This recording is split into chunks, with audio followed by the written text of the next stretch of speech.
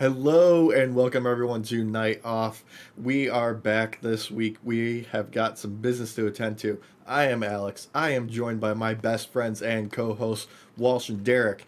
We talk wrestling, we talk video games, we talk about whatever nonsense is on our minds. Today we've got quite a bit in store, and I've got to make good on a promise I made last time. But before we get into it, if you like what we do, if you're into this sort of thing, we're on Spotify, we're on Apple Podcasts, we're on YouTube, we're on Amazon Music, we're on all the socials at Night Off Pod. So, boys, how you doing tonight? Doing great. Doing great. Doing pretty good. Yeah, feeling good. Excited. Yeah, Excited. So, first thing we gotta get is something that I made a promise to last time for this video that Derek, spent quite a bit of time on, and is a bit of a challenge for our friend Walsh here. Walsh, no pressure. I got a lot of faith in you. I know you can do this. If I get this, one, I'm going to be surprised at myself. You got this, buddy. I didn't think Derek was looking out for you. Yeah, you're going to... You got this. Yeah. Is it the wrestlers that have the names on the pants? I don't think... Yeah, they've got... Just covered. Yeah, head to toe, nothing but their names. Right. Don't worry, audio listeners, that you will also be able to play along. We have this set up so that you can actually hear this. So, yeah, fingers crossed this actually works and we know what we're doing for once. Exactly. We have this set up where you can hear this. Yeah. All right. Kicking it off. Oh, I love this intro you put together, Derek. Thank you. I had fun. So many unprotected chair shots. Getting to mix in all these deadly hits with chair shots. It was fun. The music. You know, Shawn Michaels, when I put my title on the line in the Survivor Series, it's going to be a real interesting contest. Because everybody knows what the excellence of execution can do. This belt, the World Wrestling Federation Championship title belt. Okay, Walsh. Oh man, I feel like I know this one, and if I'm wrong, I look like an idiot. But that's Bret the Hitman Hart, right? You got that fucking right, dude. That is Bret Hart. Yes. That is the Hitman. Buddy. The excellence in execution. The best there ever was. The best there ever is.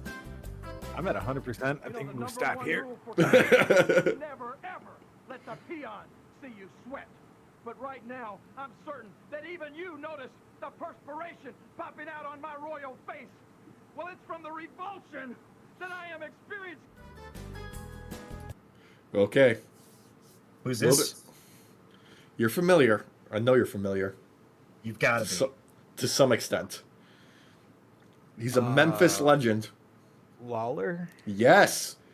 Yeah. Jerry. Yeah. That's you are batting 100 today.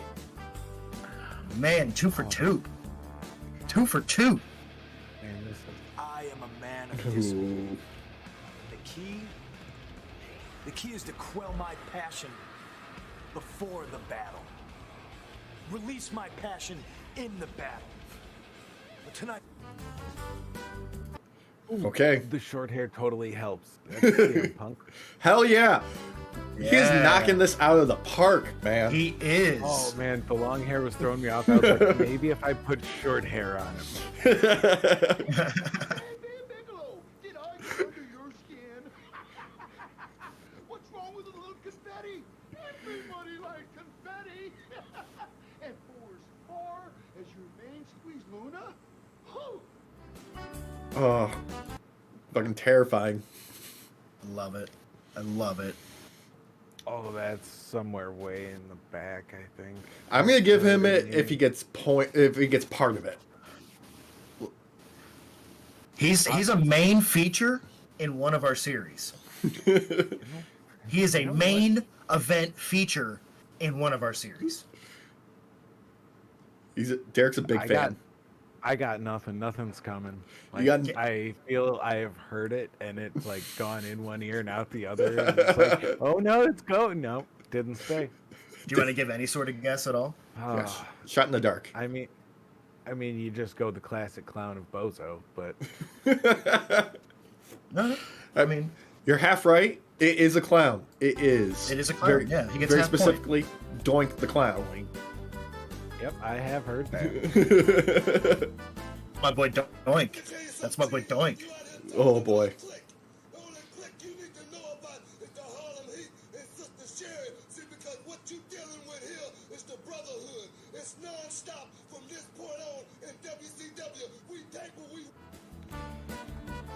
Editing Derek saved us on that one. Uh-huh. Yeah. Yeah. Yes, he did. Yes, he did. Audience, you probably know that clip very Oh, yeah. well.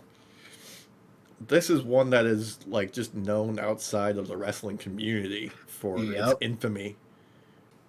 He was a king at one point. He was a king. The greatest. Is now featured as a commentator on NXT. Yep. Oh, Went viral for ordering DoorDash during somebody's match. Oh, yeah, I forgot about that. who was the announcer? Booker T? Dude, you are killing it. Bravo. Is that right? My boy. Yeah, that's right. Yeah, that's right. Dude, I can remember some things. yeah. Oh, Bravo, my boy. I did. How many was that? you got 1 4 out of 5. Yeah, like I'm 4.5. Yeah, I mean, 4.5. four and a like, half. You got like, let's say like 85%. Dude, That's amazing. you did way better than I mean, I had faith in you, but you nailed every single one of them. I thought it was going to take you a little bit of time on some of them, but you nailed them all pretty quickly. Yeah. I thought I was going to trip you up on 2 or 3 of those, but I only know to make sure I use better images. I'm not gonna lie, the cut to like the still definitely helped, like having the video and the still in my head Yeah, that might resonated change for some the future. things. That Yeah. might change for the future. No. No. Easier. It's going to get harder from here, I feel like. It actually will. I don't Yeah. need to, the stills don't matter from this point on. I can tell you that much. All right, if they're getting harder, I get multiple choice. Oh, okay. Derek, I want you to brainstorm with me later on some alternative names that we can come up with for some of the wrestlers in the next one. Okay. Yeah. Okay. I will do that. I will see about adding that. Maybe it'll be an entirely different segment. Yeah, we'll see. But, okay. If you enjoyed that, please let us know.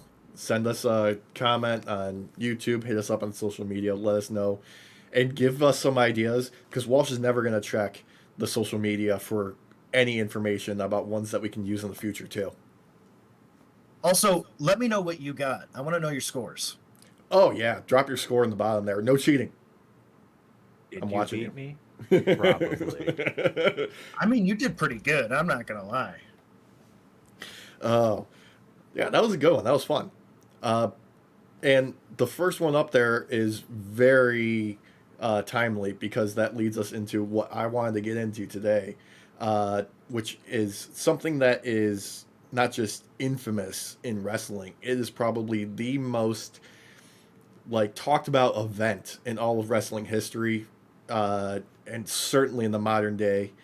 It's something that is probably going to be debated till, I don't know, Vince McMahon is dead and he has something in his will about something that he recorded to be played when he was dead. I'm not sure. We're talking about the Montreal Screwjob, aka Bret Screwed Bret. So, Walsh, you specifically said that you didn't look up anything about what we were going to be talking today. Correct. Yeah, I have no idea what this is. You have zero idea. Derek, where It is... involves Vince McMahon, and you said Bret, so I'm assuming Bret Hart. Yeah. And I think Yes. Derek said The Undertaker earlier, and I don't know if that has anything to do with this, so 50-50 on that. Yeah. There's some key people involved. Derek, you've got probably about the same level of me as far as knowledge of the events that transpired. Yeah, I would say so. Yeah. Yeah, I've spent the past week just refreshing my memory on this. I went back and just rewatched Wrestling with Shadows last night, which I'm going to get into. I'm going to give you some more detail about what that is. Dark Side of the Ring episode about this. Mm-hmm. Before we get into like the meat of the event, bit of background. Survivor Series 1997, November 9th, is when this happened. So leading up to Survivor Series was kind of a couple of different things that were shifting the momentum of wrestling as a whole. This is in the period after WCW gets started and starts moving into taking a little bit of a position against the WWF. So, 93, Hulk Hogan leaves the WWF, leaves wrestling entirely. He starts acting. You know, he's in the period where, you know, he had done Rocky 3. Now he's currently doing Thunder in Paradise. And at this point in time, Vince McMahon doesn't have a draw like Hulk Hogan. So he starts looking for people to bring up to the top. That's when people are jockeying for Hulk's position in the WWF. The other key thing that happened at this point in time was the steroid trials. So the U.S. government has started coming down on steroid use in professional sports, and there was a specific doctor that they targeted when it came to powerlifting. His name was Dr. Zaharian, and he was also the doctor that was providing a lot of steroids to wrestlers in the industry. And this led to the steroid trials. This is how the WWF got involved. This caused a shift in who was getting pushed to the main card, who Vince's favorites were. Because Vince is historically a giant, muscly meat of a mountain ultimate warrior looking dudes, but he has to rethink his business now. I want to cover the steroid trials in more depth in the future, but it's key to know at this point in time that this caused the shift for Bret to be pushed higher up the card. Him and Shawn Michaels, the smaller guys that were more technically based, more move based, more showman based, and less, you know, just hulking physique based wrestlers have become the main draws in the company. Well, and also more believable too. Yeah. For their sizes, you might be able to see yourself in them a lot better than you could see yourself in like the Hulk or Andre the Giant or Macho Man Randy Savage. So yeah, wrestling becomes less like superhero based, more reality based kind of entertainment. Less. This is where you're starting to see more. Yeah, you're seeing more shoots happen at this point too. Yeah, which is kind of like prime right there. So 94 is the steroid trials. That goes in the favor of Vince McMahon amazingly. So he's got a, you know, he's cleared of the conspiracy charges and everything that they were bringing against him. 95, September 95, WCW Nitro premieres. And it goes right up against Raw. And they are very different from the start because they are live, whereas Raw is taped ahead of time. That's the first sort of thing. So it gives this experience of like anything can happen with wrestling. And Lex Luger, who was big guy at WWF, he was one of Vince's guys, he was getting pushed real hard, is on that premiere of WCW Nitro. And following behind him is Alundra Blaze, who debuts as Medusa. And at the time, she was the WWF Women's Champion. And she appears on WCW Nitro live with Vince's Women's Championship belt and drops it in the trash. And yeah, this is basically the first blood being drawn in the Monday Night Wars. Exactly. And this is where like WCW starts to make a name as being a kind of like shoot live, anything can happen production, and starts to put Vince McMahon on his back feet. Now, closely after this is May 96, another infamous event at a house show at Madison Square Garden. It's referred to as the curtain call. So what was happening is Ted Turner, Eric Bischoff from WCW are building up WCW's roster with Vince's, you know, guys, basically. Scott Hall and Kevin Nash are jumping ship to WCW. This isn't hugely known to the fans because, they're Razor Ramon, they're Diesel. Yep. I'm sure like the dirt sheets had reported on it. And their last show is this house show where they're tagging against Triple H and Shawn. End of the show, they're hugging, they're mugging to the crowd. They're giving them a go away. It's a house show. It's not recorded, but fans have cameras. Word gets out, and this is like one of the major fourth wall and kayfabe breaking events in wrestling history, because we're talking about faces and heels interacting in a friendly manner in front of the crowd, just pissing on kayfabe in general. And the fallout from this it varies. Like, Scott and Nash, they're leaving. They're going to WCW. They're debuting over there, and Vince can't really do anything about it. Shawn is getting pushed to the moon at this point as a singles competitor, and Vince doesn't want to throw that money away, so most of this falls on Triple H. He kind of eats the shit for this. And now WWF is losing the ratings war consistently, and Nitro is overtaking them. This is during that period of like Bischoff's 83 weeks that he likes to tout, that he was beating, Vince McMahon consistently. Yeah. And it was noticeable numbers too. Yeah. So this is to kind of put you in the mind space of where Vince was at. And he is losing his main money market. He is losing every Monday night. He's bleeding his top stars. He is losing money, all of that. And he's trying to build new.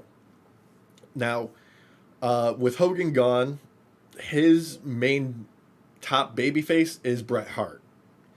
And Bret is loyal to Vince.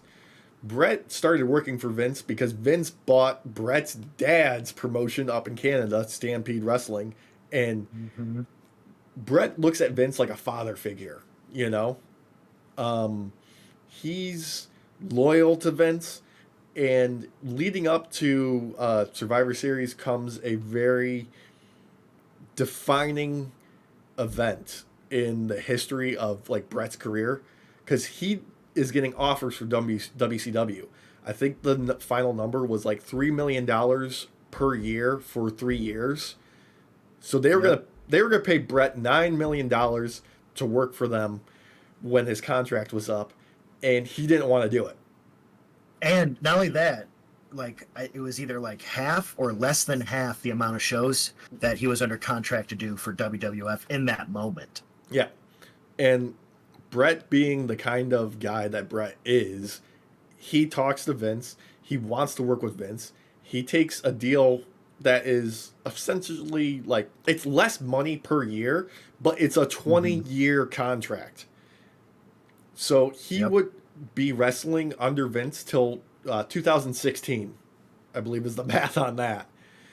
And that is kind of like where things go wrong. Because Vince says, I'm losing money. And that summer of 97, he tells Bret, I can't honor this deal.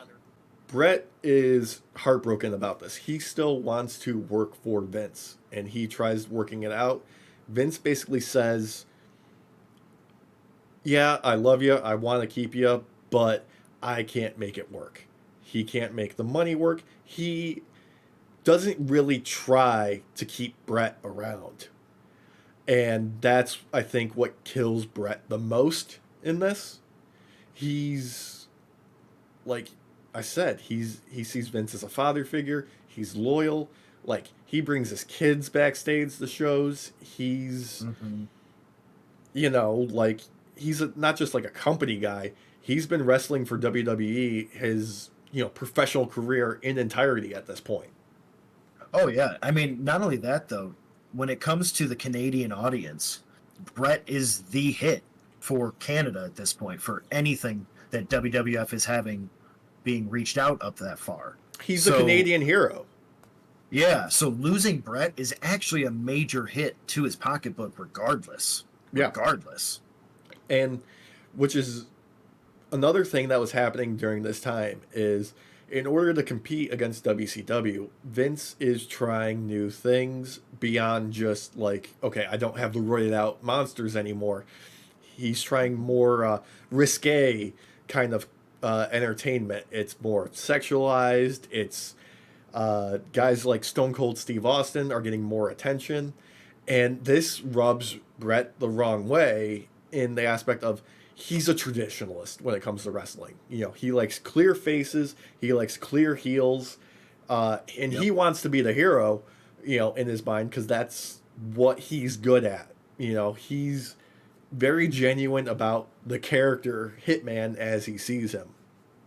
Mm-hmm. So much so that, like, when Vince tells him that he's not, you know, going to honor the 20-year contract, is where Bret starts kind of speaking out against the content that WWF is putting out.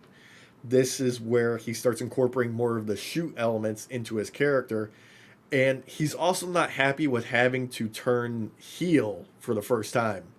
And they do something weird with Bret's heel turn. He becomes specifically an anti-American character. Mm-hmm. He is still getting cheered in Canada, but he's getting booed in the US specifically because he is just going out and trashing the United States, but he's still like being the type of face character everywhere else internationally where, you know, you go out and you do what you say you're going to do, and that's what a face does. The only difference is now he's trashing on the United States. I mean, I'll be honest, and the promos that he's doing are still things that you could trash on the United States for, you know, healthcare, gun violence, racism, political divides, all of that. Yep. Now, Now, I mean, this is also during that time where Vince is trying to find a workaround for the deal that he's made with Bret, because I believe in that deal, that sweetheart deal that Bret took, he gets creative control somewhat over his character. yeah. And the way to work around it was to be like, okay, you get to be a face when you're up in your home turf, but down here you can't be. Yeah, that's exactly right. Like, Bret always wanted, like, he had what he always called reasonable creative control over his character. Mm-hmm. Now, some other things that are going on at this point in time is Bret and Shawn's rivalry. Now, they're two very different wrestlers, but they wrestle very well together with their conflicting styles. Bret being a more, you know, mat-based, technical-based style, whereas Shawn is the entertainer. He's more high-flying. He's more bombastic. He's, you know, he's playing to the cheap seats in the background, you know. And Right. this is where they start to butt heads, is outside of the ring, because Shawn, to this day, he'll admit it, he had a massive ego. He also had a drug problem, but this is more about his ego. You know, he was he was a Special little white guy. powder. Yeah, he loved that special white powder, that snow. And he has no problem with the direction. He's kind of the forefront of this new direction with the WWF, where it's, you know, more sexualized, it's more graphic, it's more vulgar. And when they're building this rivalry, there's some, you know, live rounds thrown during promos. You know, they apparently like cleared some of this stuff beforehand, but it still kind of hurt. Like Bret bringing up Shawn being in Playgirl and playing up to the very homophobic crowd that was, you know, WWF's main audience at the time. And in response, Shawn dropped a little bit of allegations about, you know, Bret having an affair with Sonny, which crossed the line at some point. Who knows if there's any validity to that? Yeah. Yeah, Yeah. it caused quite the stir in the locker room, though, for a while. Mm-hmm. For a while. Yeah, one thing you don't do is, talk about, somebody's home life. And that line got crossed very hard there. And that's something like, not even the crowd might would have picked up on. That was just a legit barb. Mm-hmm. This got really heated to a point where there was a legit backstage scrap with Bret ripping out a chunk of Shawn's hair and Shawn bursting into Vince's office when they're having probably a writers meeting, I think, and he, plops it down on the table. Jim Cornette quoting as describing it as a small possum being put on the desk, and Shawn calling this an unsafe working environment. Oh, man. I mean, like, the problem is, up to this point in all of it, Bret is getting screwed over and over and over again, and he is still being the loyal dog that he is. Yeah. So this is like the first kind of breaking point where you kind of see him bite, and I'm sorry, Shawn, but you earned it.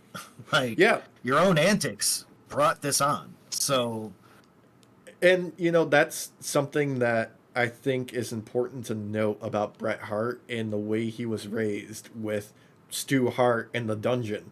If you go back and watch Wrestling with Shadows, you will see that there is a pattern of, I would describe it as abuse, because Stu's way of raising his 12 goddamn kids and anyone else that he could find at the YMCA and he could trick them to coming back to the house would be taking them to the dungeon, the basement in their house, and putting them in real submissions and stretching, people out, really hurting people for hours at a time.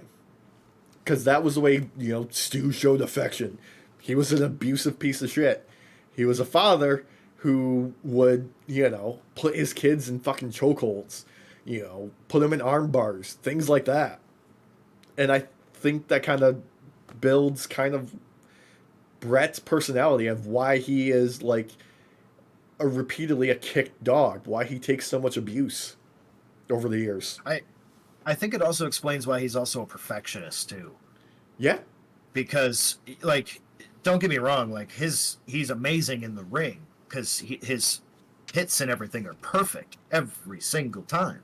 Mm-hmm. And I think a lot of that has to do with if he didn't hit something perfect, it was a failure. Yeah. So that's the gist of. There's more details. There's more stories. There's more things that transpire between Bret and Shawn specifically. There's a couple of matches that are all-time classics that lead up to this. But this all leads to Bret leaving the company after he's, signed with WCW. And he's got about 30 days left on his contract with the WWF, leading up to his what is scheduled to be his final match at Survivor Series in Montreal. Now, the problem with this, specifically, is Bret is the WWF World Heavyweight Champion at that time. And Vince doesn't want to repeat with Alundra Blaze with his champion going to his competitor still holding that belt. But he also has some creative control over his character. Yeah. So Vince can't just outright make a move. Yeah, and this is where all of everything that happens following get murky. Because different people claim different things. Different people have different levels of knowledge at different times. There's a handful of people that are undeniably involved. You have Vince McMahon, Jerry Briscoe, Pat Patterson, Shawn Michaels, Vince Russo, Jim Cornette, and Earl Hebner. Now, different people like to take credit for it now these days. The basics of it are you have Pat Patterson and Jerry Briscoe, who are backstage guys that do a lot of the producing of segments, producing of matches, running the show, and like the day-to-day, getting the logistics done. You've got Vince Russo and Jim Cornette, two writers who hate each other more than any two people I've ever seen in my fucking life. So much so that Jim Cornette has it in his will that he has to outlive Vince Russo so he can piss on his grave kind of hate. Yep. Earl Hebner claims to be the last person informed, Shawn Michaels being like a day before. So the thing that puts a wrinkle into all of these details is the documentary Wrestling with Shadows. Bret is being followed by a camera crew who is documenting his time in the WWF all the way up into this event itself. So there's tons of footage of Bret's mindset going on and the actual event itself leading up to the match. So much so that he is wearing a mic backstage during this final conversation before the match that he has with Vince, which Vince is not aware of. I know. So It's spicy. Yeah, in the recorded version of it, you can hear him and Vince agreeing that what they'll do is it'll be a disqualification with what is referred to as a schmaz at the end. A schmaz is a bunch of people interfering at the end of a match where nobody can make heads or tails of what's happening, so it's just disqualified and it's called off. And that's kind of the way that, Bret wants to go out. Bret is also very willing to drop the belt. He would prefer it not to be to Shawn, but he'll do it. He'll drop the belt to Shawn. He just doesn't want it to be in Canada. He wants to go with his head held up high. And kind of what they decide is, we'll do a disqualification tonight. It's a Sunday. We'll go out on Raw the next day, and I'll just, vacate the title and walk away clean. And that's the way that they agree that they're going to do this. Mm-hmm. And that's the way, Bret wants to go. This whole time, unknown to Bret, Vince has already put plans into motion to stop that from happening. And it's a pretty straightforward, proceeding of events that take place where Shawn's been informed and Vince has kind of laid the groundwork for what will happen during the match itself. As far as what was supposed to happen and what does happen, it goes pretty quickly and sticks to the plan till almost the very end. They have a brawl. It gets taken outside the ring before the bell even is rung. And there's a lot of back and forth brawling. There's some crowd work till eventually they actually bring it into the ring and a match starts to take place. Because, there was real heat between Shawn and Bret, but they were able to work together. The crowd was on fire for it. And what goes wrong is what they agreed upon what would happen. So what's supposed to happen is Shawn is supposed to get Bret in Bret's submission signature finisher, the sharpshooter. Yep. And what's supposed to happen is he does that. Bret is supposed to reach back, grab Shawn's foot, pull him out of it, and reverse him into the sharpshooter himself, and then proceed along with the match. What leads up to this is there's a little bit of back and forth with a top rope maneuver where Bret comes down and hits referee Earl Hebner. He's supposed to be, a ref. He's made of glass. He's supposed to be out for a little bit. What happens is he hits Earl. Earl goes down. Sharpshooter's in place, and Earl Hebner bounces right up before this and calls for the bell while Bret has not tapped. And immediately is when shit starts to hit the fan. Because Bret knows something's up. Vince, at this point in time, was still like a commentator He was still like providing like color commentary during matches. He's not at the announce desk for this match. He is ringside. So are a handful of other people, which, you know, should be enough to kind of like set off conspiracy alarm bells. Bret should have probably picked up on this. What Bret hears in this moment before the bell is rung is Vince McMahon specifically shouting, "Ring the fucking bell," before Earl Hebner calls for it. Immediately. Yeah, you can actually see in the video where grabs Shawn's ankle. He's in this moment. He's still playing out what's actually supposed to happen.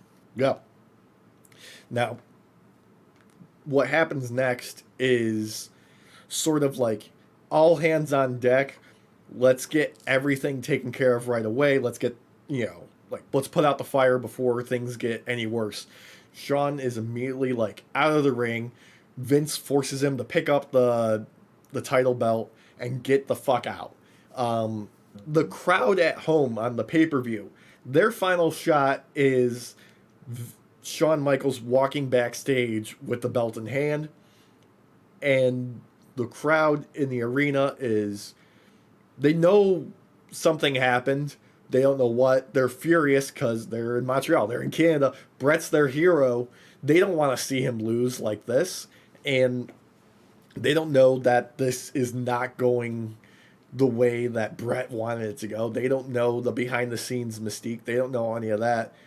Bret, in the ring, is in complete disbelief and is fuming. He's getting visibly more upset. He just hawks a loogie right on Vince's face, right at ringside. And, you know, tells him, "Fuck you," all this, screaming at him. Vince gets hurried backstage, quickly behind Shawn.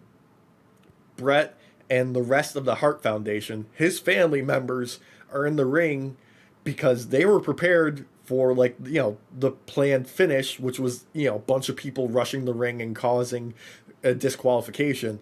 And they're kind of like not just confused and furious, but they're also like trying to keep the peace with Bret, who starts trashing the announce desk. He is throwing, you know, $1,000, you know, TVs and audio equipment on the fucking ground. He's smashing shit up. He signs WCW in the ring, you know, to the hard camera, telling the crowd he loves them, and he's, you know, fucking fuming. All hell broke loose. Not just in front of everyone, but behind the scenes too. I mean, Earl Hebner, I believe, the moment he finished calling it, he runs out the entire stadium so that he can get into the car with his brother, and they take off. So they go AWOL for a while and hide. Yeah, he literally locks himself in his hotel room. Yeah, to hide. Vince and I think it was Pat Patterson and maybe a couple other people locked themselves in Vince's office immediately afterwards. Shane was there, I believe, too. Shane McMahon was in the office at the time. Yeah, he was somewhere around there. Shawn is the only one who doesn't like immediately turn tail and run. He just kind of like posts himself up back in the locker room. And in the documentary, you can see Bret come back in there and question Shawn about this, and Shawn feigns ignorance. He tells him he didn't know this was going to happen. He wasn't in on it. He's like, "My hands are clean," are his exact words at the time. And eventually what happens is Taker, being uninformed about this, also goes back, knocks on Vince's door, and he's Vince's right-hand guy at this point. He's Vince's enforcer. He's the guy who, you know, runs the locker room. And he tells Vince, like, how pissed off he is, and tells him, "Look, you gotta go talk to Bret before this gets any worse." And he gets Vince into the locker room with Shawn, with Bret, with a couple other people, and he keeps everybody else separated out. Also, this is one of the key moments where the documentary crew is not right on top of Bret. They're not next to him. They're in the hallway with Bret Hart's wife Julie, Triple H, the British Bulldog, Bret's brother-in-law, Bret's brother Owen, and a couple other people who are kind of like on edge a little bit and trying to not cause a bigger scene. Julie being the one to kind of lay down the law with Triple H and calling him out and saying that he knew and he knew everything and how ashamed he should be. Like, what goes around comes around. It's one of those things where I'm not sure. I haven't seen much about what Triple H knew at what point in time. There's reason to believe he was informed. He was, Shawn's best friend. They were in D-Generation. Yeah, it's, this, Triple H was a backstage guy. Yeah. Yeah, like outside kayfabe, they're actually good friends. So I have a feeling he knew. He had to know. There's no way. There's no way. So what happens in the locker room with Vince and Bret is Bret basically tells him, like, look, I'm going to go take a shower. If you're still here, you don't want to be. And Vince stays behind. And Bret comes out of the shower. He goes, look, this is not going to be good for you. I don't want to deal with you. Whatever you got to say, I don't want to hear it. I'm just pissed off. And just Vince not backing down. Takes one good shot from Bret. Bret claims he uppercut him, knocked him off his feet, knocked him out. Hager says that he thinks it was more of an overhand kind of hit because he had to get through like 6 guys. He still like a lot of people don't understand how he was able to get through all of them. But when you're angry, man, you can get through a lot. Yeah, he does leave a noticeable bruise on Vince's face, so he definitely hit him. He knocked him out. Yeah. Undertaker says that Vince was knocked out for a minute. Or maybe not a minute, but for like a few seconds. Yeah, he knocked him on his ass. And you know what? Vince fucking deserved it, and so forth. Yep. So, Vince leaves. Everything starts to calm down a little bit as far as what's happening backstage. Most of the wrestlers are furious because this is breaking one of the cardinal rules of wrestling is you don't work the boys. You don't do things to the rest of the locker room that they're not involved in. Like, you don't pull this kind of shit. And it leads to a lot of people threatening to boycott leaving. Mick Foley being one who boycotts Raw the next night. He doesn't show. He quit technically for 24 hours, and then they talked him into returning. Yeah. Bret being the one of the people with cooler heads who is like, guys, don't risk your careers for my sake type of guy. And Vince being the shrewd businessman he is, kind of, he worked the gears a little bit. He tried turning them back to his side. Because one of the things that you do when you're leaving a company, when you're leaving a territory, when you're leaving a promotion, it's tradition to, go out on your back as kind of like a thank you to the territory, to the promoter, to everybody. Like, you go out in the loss. That's kind of tradition. And they just couldn't work out something where Bret was happy with taking a loss on his way out. And to this day, he contends he would have been willing to do it. He just had certain conditions.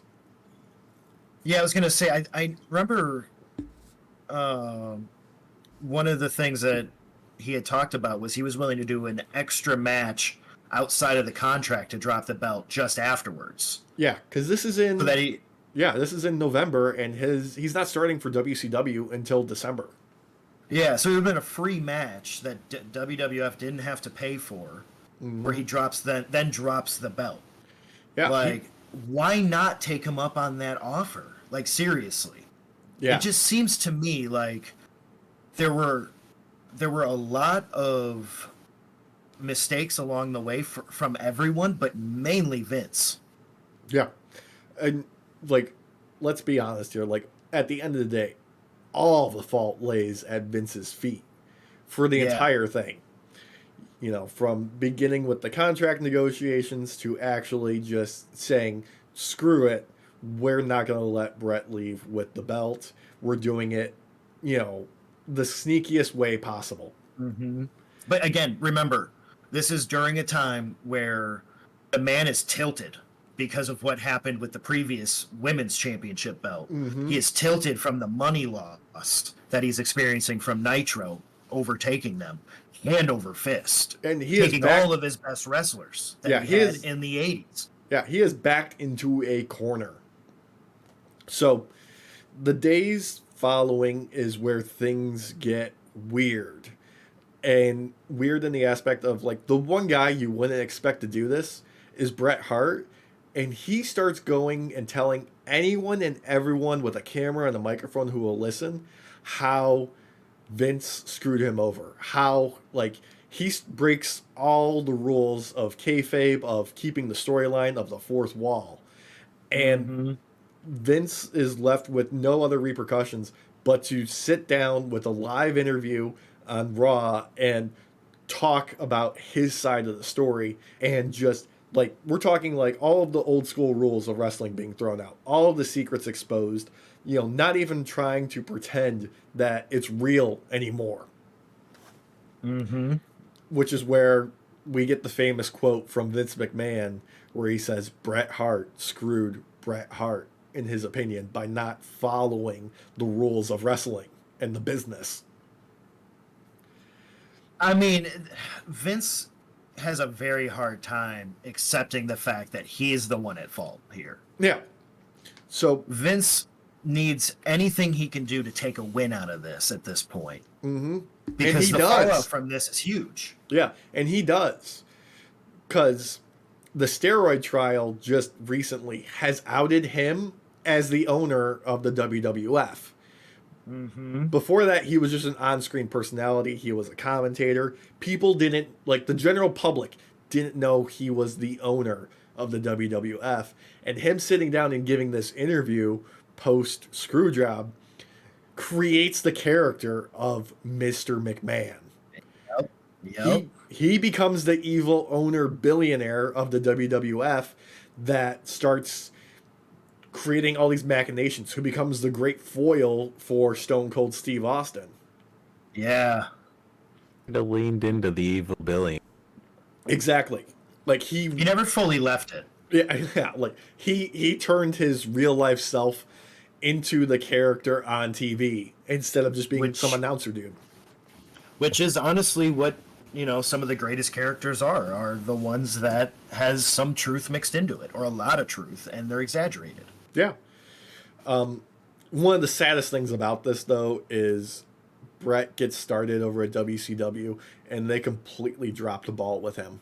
They don't know how to book him. They don't know what to do with him. And he is just floundering for a little bit until he gets injured in that match with Goldberg and has to retire. Yep.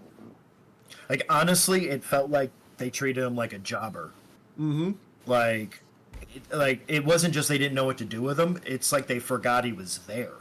His debut, like, time in the ring, he was a special guest referee for somebody else's match. Yep. Like, yeah. It's wild to me. It's wild to me because you have someone who was the heavyweight world champion. This man was gold on your lap. Mm-hmm. You had a sweetheart deal with him to be able to do almost anything you want with him, and he's sold. I mean, he's literally up there with Shawn Michaels, like, in the tickets being sold and all that. It's just two different classes of wrestling. That's all it is. Yeah, it's two different. They could have paired him up against anyone even remotely like Shawn Michaels, and it would have just skyrocketed. To this day, it's so disappointing because it causes his career to be cut short. It causes so much animosity. I mean, when you think about it, if this never happened, Bret Hart, he could be like Sting. He could still be wrestling to this day. Oh yeah, yeah. I mean, I included his that kick in the intro for Who's That Wrestler. It's a brutal kick. Yeah. I mean, Goldberg's known for not playing fair. He's a stiff hitter. So, like, going into it all, it's to be expected you're going to get hurt from the guy, but that boot is, like, he hits him. It's a dead-on hit. Yeah. It's this also starts the trend where, like, the WWF leans even harder into the more sexualized, the more immature, the more raunchy, violent content because Bret's Mm-hmm. not there to, be the world champion and not like play along with that. And This also is where like, you get the swimsuit model style women's wrestlers instead. yeah, This is the Attitude Era, so I mean, there's some good stuff that comes out of it, obviously, because it's a great era of wrestling. But it just when you realize the cost, yeah, the inciting incident of probably the most famous and most popular era of wrestling in America is basically a billionaire screwing over one of his employees. mm-hmm. Well, independent contractor, but you know what I mean. Yeah, because again, billionaires know how to get around healthcare. So Yeah. Now, there's something interesting about all this, like years later, like any sort of incredibly famous event, is the conspiracies develop. yeah, There are a not insignificant number of professional wrestlers who believe the entire thing was a work from start to finish. That Brett I was in on it the whole time. I don't believe that personally.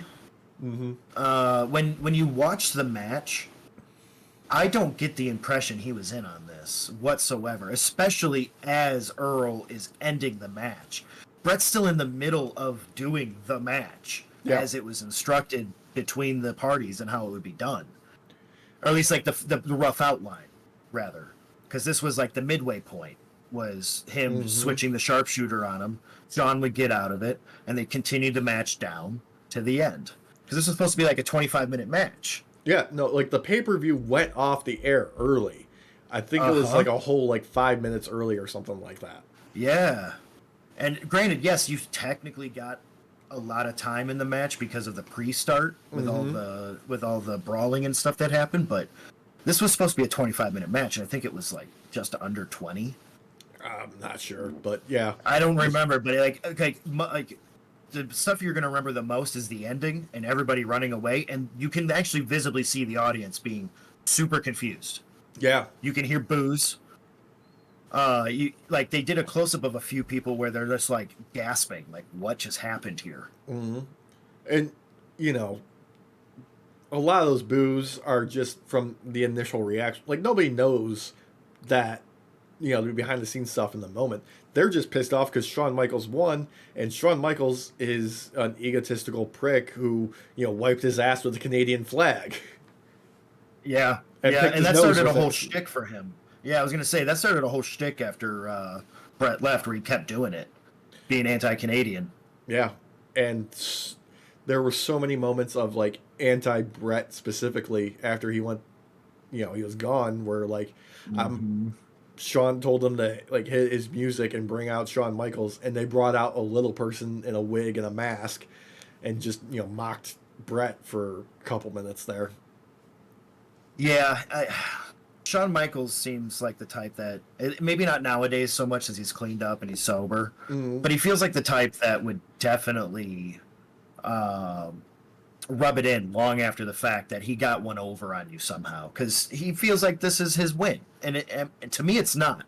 Granted, the WCW part of Brett's career sucks and all that, not his fault, but I think Brett comes out looking like the better person in all of this, no matter how you spin it. Yeah, like Just on a moral standpoint. just from like any sort of standpoint, like sure, I know there's tradition of going out on your back and working with the promoter and you're on your way out, but like Vince made no effort to like set up a mood where Brett would want to go out doing him a favor. He was screwing him Yeah. before he was even in the ring. Yeah, and I was gonna say Brett, at this point, he's been kicked too many times. Yeah. Like, you can start to see where he's like, no, you're not doing that with my character. I'm sorry, but you're not. This is Bret the Hitman Hart here. You're not changing what he does. Yeah. And I think the way that Bret described what happened, like just in the freshness of it, he was like, they went out there and they raped the hitman. They raped me in the ring. Yeah. I think that's an apt description, honestly, because it's awful. Yeah. It's awful. And Like Earl originally said that he was not involved with this, and then Vince forced him to be involved. yeah, like he But was. I don't. He claims he was informed on his way to the ring that Yeah, that Jerry Briscoe pulled him aside and told him what was going to happen, and told him this is how it's going to go. And Earl claims that like even at that moment he didn't know what he was going to do. Like he didn't know what he was going to do while he was in the ring. He didn't know if he was going to go for it, and he said it was like a split-second decision. That's all he had. He was afraid for his job. He had all the things in his mind. To me, I feel like he was involved from the start. That's one of those conspiracies, like conspiracy end of it, that I do subscribe to. Is I think he was involved from the start. Yeah, I think he helped craft the idea because of the fact that he's the ref inside the ring. he's the one third who man. has to make the shot. Yeah, like there's no way. There's no way. I don't know. It's What do you think, Walsh? Like what? Yeah. Like what are your thoughts on this after hearing this? Oh, it's a soap opera. yeah, it's a soap Yeah. opera. Which wrestling has been called many times before, so it's yeah. not. Got its silly story. Oh no, they're dead. They came back. Oh, they're in a coma. Oh man. This cruise ship is a vampire boat. Oh no! I always called it redneck anime. That's the way I look at it. That's another good description of it. To be honest with you, but it's just great. It's real to me, damn it! It's real to me. Yeah. Something I wanted to save for this is our boy Hulk Hogan and his take on the situation. Years later, he said, "I don't know how Bret could let that happen. All he had to do was not let Shawn pin him. He could have just kicked out from a submission." You know what? Yeah, he's not wrong. He's not right. He's not right, but he's not wrong. Technically speaking, if Shawn had been pinning him, he had just kicked out. That's all on the premise that a pin was happening in that moment. Yep. Gotta love that little liar boy. Do you guys have any last thoughts on what became of Vince McMahon and Bret Hart? Friends? Yeah, they reconciled. I was gonna say they buried the hatchet somewhat, but again, that's one of those things where I feel like that's more business related than friendship related. Yeah. Yeah, I mean, that's probably more tolerating each other. Yeah. I mean, he did bury the hatchet with Shawn too, eventually. That's another one I believe that is business related, not friendship related. I don't think they're friends in real life anymore. I think when it comes to the business, they will play along and be friends. Yeah. But outside of the business, I don't think they talk. I could see that. For I somebody wouldn't like if I was him. yeah, for somebody like Bret Hart who takes wrestling as seriously as he does, it's like I feel like this moment like killed his career before the injury. Mm-hmm. Yeah. Oh, yeah. I honestly believe that if the Montreal Screwjob didn't happen, Vince would have been better off in the mid-run, keeping Bret around and paying that sweetheart deal in perpetuity. Yeah, but without it, we don't get the creation of Vince McMahon, Mr. McMahon, the character. We don't get that Stone Cold rivalry that turns the tide for WWF and lets them actually win the Monday Night Wars. Well, and that's why I said the midterm, not the long term, because I don't think long term it would have been great, because the Attitude Era is what it's the reason why we have anything we have now, wrestling related, honestly. Yeah. So, because everyone started doing more attitude related stuff. But I guess you could almost argue WCW started this whole attitude crap Yeah. because of the way that they did shoots live and the way that especially like NWO when Hulk Hogan and Razor and everybody grouped up. Mm-hmm. Like, Holly. yeah, because he thought he could be an actor, and that failed. So then he was like, "Yeah, I'm Hollywood Hulk Hogan." Like, no, you're not, you liar. Is this day 403 of your career, sir? This year, like, come on. That was like the first time he turned heel though since like wrestling became like popular. So that was kind of groundbreaking right there. Yep, yeah, I will agree with that. But he had Kevin Nash with him. Mm-hmm. He had Razor Ramon with him. So like, it made sense to play the heel at that point, at least in my opinion. Not only that, it made a big draw for WCW. Like, hey, we're not only seeing Hulk Hogan, we're seeing the asshole version of Hulk Hogan. Yeah, real life Hogan. Yeah. Which Pre-racism. He's such a piece of shit. Anyway, always always.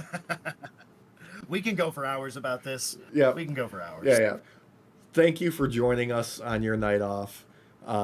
If you have some theories, if you have details about what could have happened and what should have happened during the Montreal Screwjob, let us know. Drop us a line. We're on the social media at Night Off Pod. We're on Spotify. We're on Apple Podcasts. We're on Amazon Music. We're on iHeartRadio. We're on YouTube. Give us a like. Give us a follow. Subscribe. Hit the button, that bell thing. Do that thing. Do all the stuff. Do all the engagement things. You can pick up our merch at nightoffpod.threadless.com. Links in the descriptions. Thank you. We love you. And we'll see you on your next night off. Say goodnight, boys. I love you.